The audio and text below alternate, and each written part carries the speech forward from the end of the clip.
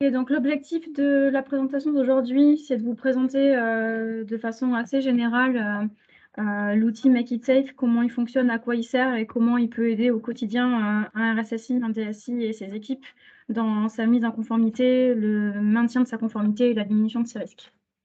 Donc, le profil avec lequel je me connecte aujourd'hui, c'est le profil d'un RSSI qui permet donc d'avoir une vision 360 complète et en temps réel de l'état de la conformité et de la sécurité sur son organisme, donc sur son écosystème. Donc, comme vous le voyez ici, la plateforme permet en temps réel de remonter des indicateurs sur l'état de la conformité d'un groupe et de ses tiers, donc internes ou externes, donc de ses filiales ou de ses fournisseurs ou de ses clients, sur la base de référentiels de sécurité. Donc, les référentiels qui peuvent être utilisés, ça peut être des référentiels qui sont standards, des référentiels marché, donc la 27002, le NIST, la LPM, le RGPD sur l'aspect privacy.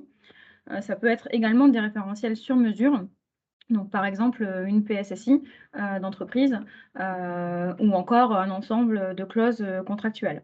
Donc, ce que fait l'outil, la mécanique, c'est de digitaliser ces référentiels, donc de digitaliser un ensemble de points de contrôle de sécurité, de les intégrer dans la plateforme et de permettre l'assessment, donc l'évaluation et l'audit de ces tiers sur la base de ces référentiels-là pour sortir des indicateurs qui vont ressembler à ce que vous voyez sur l'écran ici. Donc, un score global de conformité sur la base d'une norme, donc la 27002 ici, puis le détail du score chapitre par chapitre, donc les grands domaines ici de la 27002. La capacité également à comparer les scores obtenus d'un exercice à l'autre selon la fréquence d'audit réalisée par l'entreprise. Donc tous ces domaines-là sont des choses qui sont entièrement personnalisables lors du lancement des projets. On peut décider d'évaluer sur l'intégralité de la 27002, sur une partie de la 27002, sur une 27002 modifiée, adaptée à des PME par exemple, ou encore, comme je vous le disais tout à l'heure, sur une PSSI. Ces indicateurs-là, je vais les avoir pour ma structure, donc ici Drone for You, mais je vais également les avoir pour mes tiers. Donc j'ai le même type d'indicateur pour mes filiales, ici, donc c'est consolidé. C'est consolidé en fonction du périmètre de l'utilisateur. Ça veut dire que si je suis RSSI, je peux voir l'intégralité, RSSI Group, pardon, je peux voir l'intégralité de mes filiales. Si je suis RSSI pour 3 filiales d'un grand groupe, mes indicateurs sont consolidés pour mes 3 filiales uniquement. Selon mon profil, mon rôle et mes droits, la consolidation de mes indicateurs n'est pas la même. Je vois également la même chose pour mes fournisseurs. Et je peux, bien entendu, sélectionner mon contexte. Donc, je choisis le niveau de consolidation des indicateurs que je souhaite voir s'afficher. Voilà, des études de courbes. Et bien sûr, chaque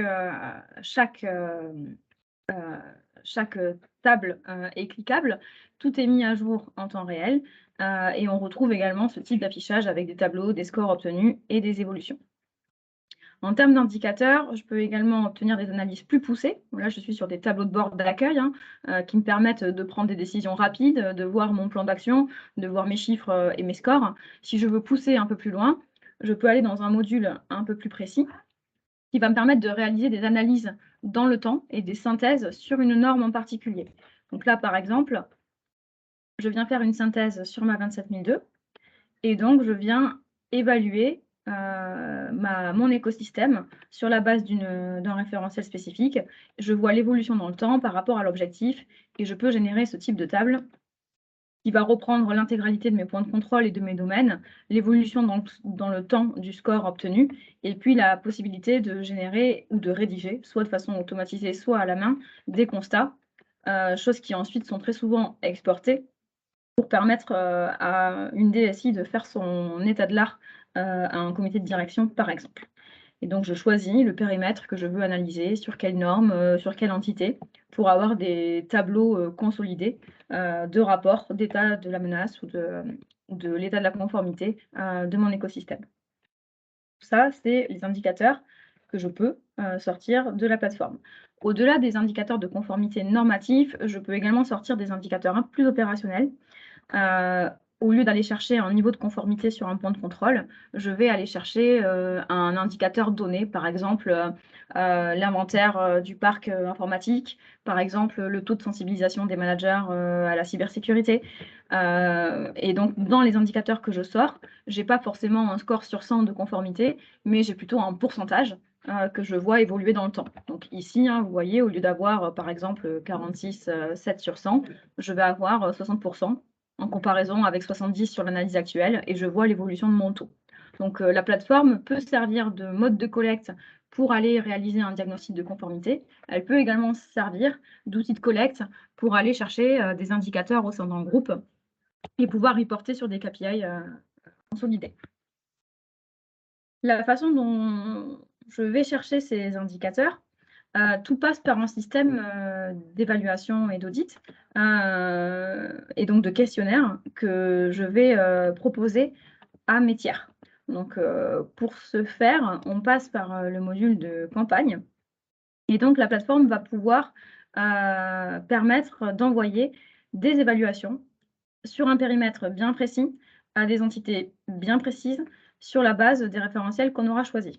Donc, par exemple, ce que vous pouvez voir sur cet environnement-là, c'est que j'ai lancé une campagne ici, par exemple, d'évaluation sur la norme ISO 27001 pour le premier semestre 2022.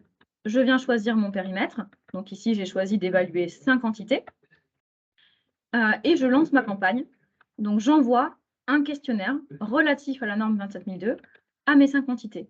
Celles-ci, de leur côté, les personnes référentes, donc souvent les RSSI, reçoivent un mail les invitant du coup à répondre. Donc, elles reçoivent un mail disant, voilà, vous avez été invité à répondre à une évaluation de conformité sur la 27002.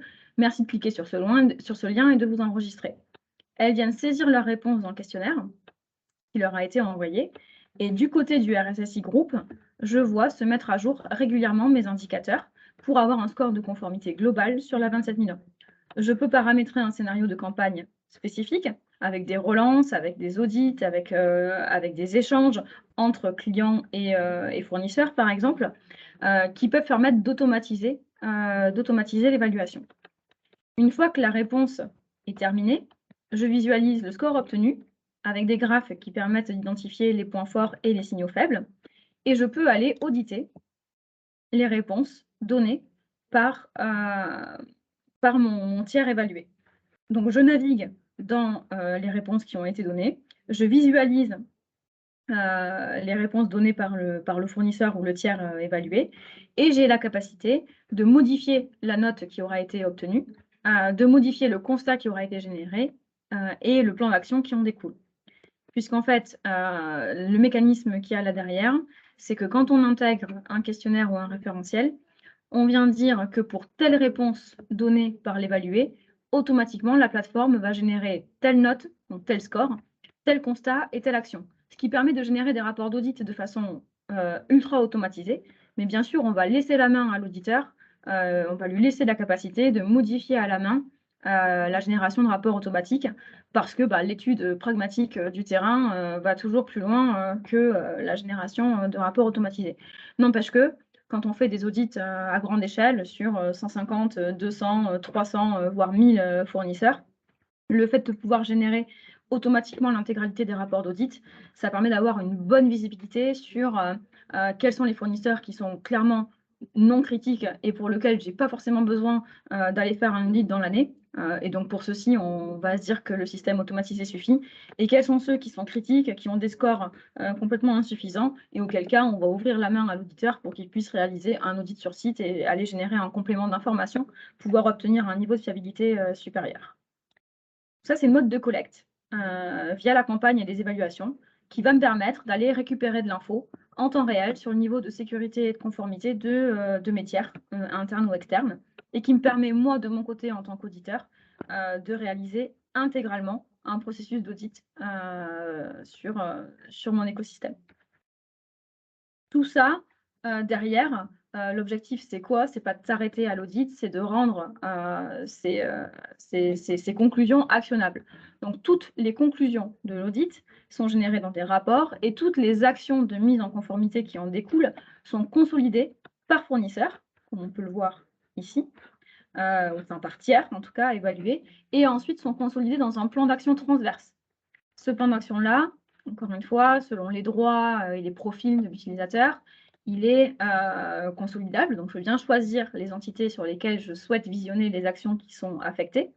Et je retrouve toutes les actions issues de tous les exercices que j'ai pu mener entre moi, du coup, et l'entité que j'ai évaluée.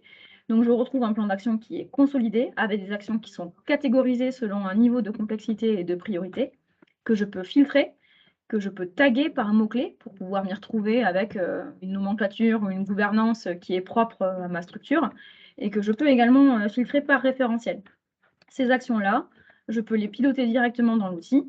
Il a été pensé pour être collaboratif, donc selon mes droits, selon mon profil, je peux commenter une action, je peux modifier son taux d'avancement, je peux changer son statut, et je peux également y associer des notions de charge prévisionnelle ou de consommation de charge ou budgétaire pour pouvoir permettre en fait à un responsable d'équipe de venir organiser l'intégralité de son travail. On pourra y revenir sur une autre démo, mais bien sûr, toutes ces actions-là sont exportables au format Excel. Elles sont également consolidables sous la forme de projets. C'est-à-dire que je peux en choisir quelques-unes. Par exemple, si je me retrouve à la suite d'un audit massif avec peut-être 10 fois la même action de mettre en place un pare-feu sur l'intégralité de mes filiales, eh bien, je peux consolider toutes ces actions-là dans un seul et même projet qui, du coup, permettra d'avoir une action transverse au sein d'un groupe et de mobiliser les mêmes ressources pour le même type d'action, d'être un peu plus efficace et de maîtriser un petit peu mieux ses budgets dans le cadre d'une équipe SI. Les projets sont ici. C'est des consolidations d'actions sur des grands chantiers, comme des roadmaps par exemple, qui permettent d'aller plus loin avec vraiment du pilotage de projet, de l'affichage de diagrammes type Gantt et une notion de charge un peu plus poussée.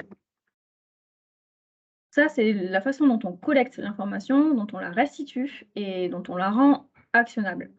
Si on veut aller un peu plus loin dans l'exercice quotidien d'un RSSI, on a également un module qui va permettre de piloter la sécurité, le niveau de sécurité, non pas de ses partenaires, mais de ses projets.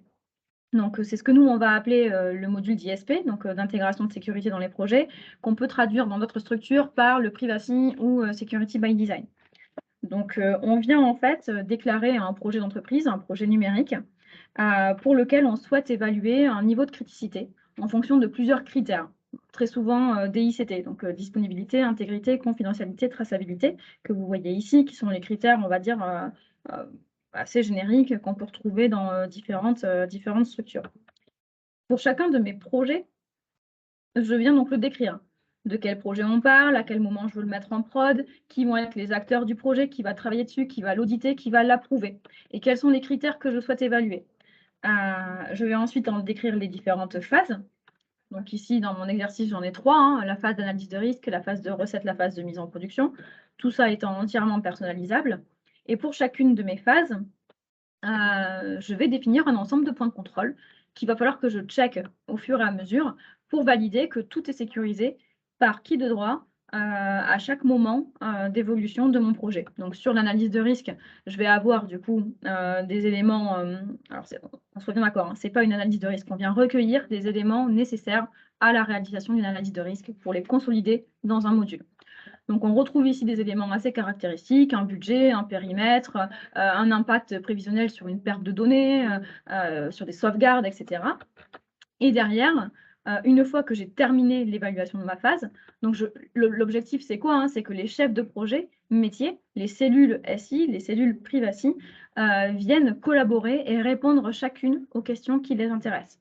Et donc une fois que j'ai terminé d'évaluer cette phase-là, je passe à la phase d'après. Et donc, je sécurise mon projet de bout en bout avec les différents acteurs concernés et le niveau de précision nécessaire et suffisant pour avancer dans la réalisation de mon projet. À chaque fois que je réponds à une question, selon la réponse que j'y apporte, selon le taux de fiabilité que j'ajoute, je génère automatiquement des mesures de sécurité à mettre en place pour sécuriser mon projet. Par exemple ici, réaliser un audit d'archi ou alors réaliser un plan d'assurance sécurité fournisseur parce que c'est un projet que je sous-traite, c'est un fournisseur que je connais peu et du coup forcément on me propose de m'assurer de la conformité de mon écosystème. Et je viens également identifier des risques qui sont consolidés derrière dans un module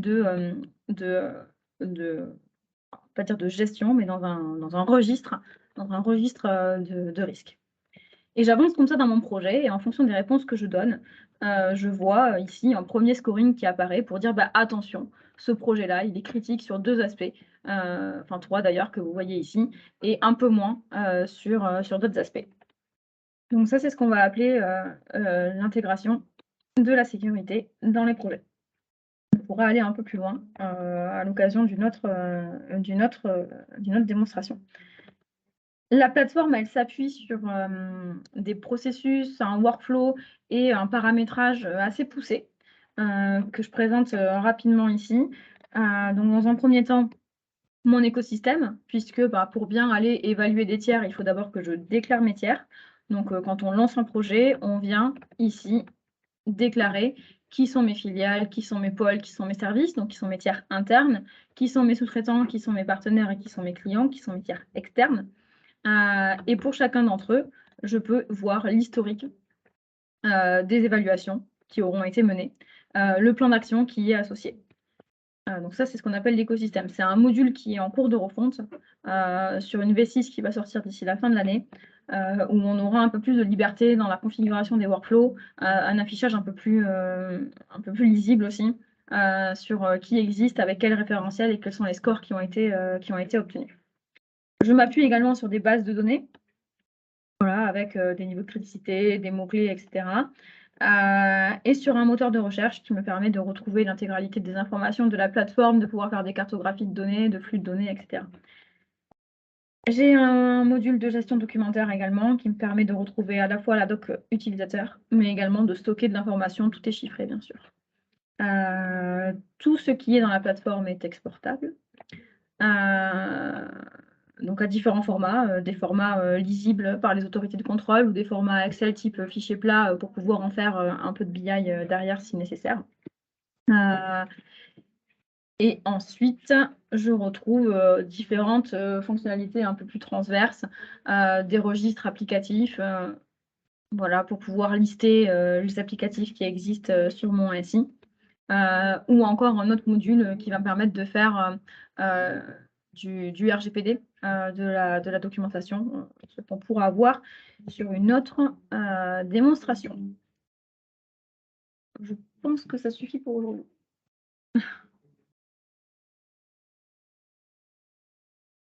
Ouais, c'est bon, bah pour.